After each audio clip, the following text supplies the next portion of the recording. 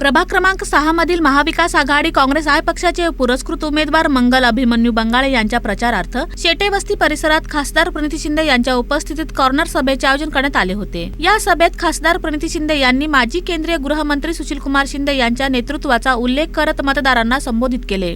यावेळी त्यांनी मतदारांना आवाहन केले की वैयक्तिक स्वार्थासाठी वारंवार पक्ष बदलणाऱ्यांना नाकारून प्रामाणिकपणे काम करणाऱ्या आणि जनतेशी बांधील असलेल्या नेतृत्वाला संधी द्यावी।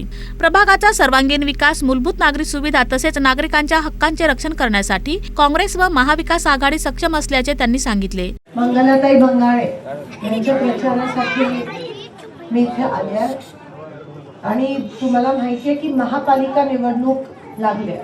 महापालिका निवडणूक सोलापुरात दर 5 वर्षांनी व्हायला पाहिजे देशभरात, पण मुद्दामून भारतीय जनता पक्षाने तब्बल 9 वर्षानंतर ही महानगरपालिका निवडणूक आज घेत आहे। 9 वर्ष महापालिका निवडणूक झाली नाही म्हणून काय काय झालं माहितीये सोलापुरात?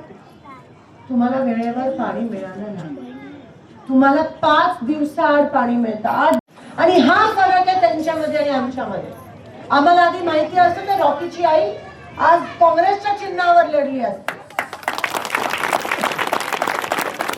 पण महाविकास आघाडीच्या पक्षातून जे लढणार होते त्यांनी महाविकास आघाडीला दगा नाही दिला, त्यांनी लोकांना दगा दिला, हे लक्षात ठेवा। पण एक गोष्ट आहे, प्रामाणिकपणा आहे।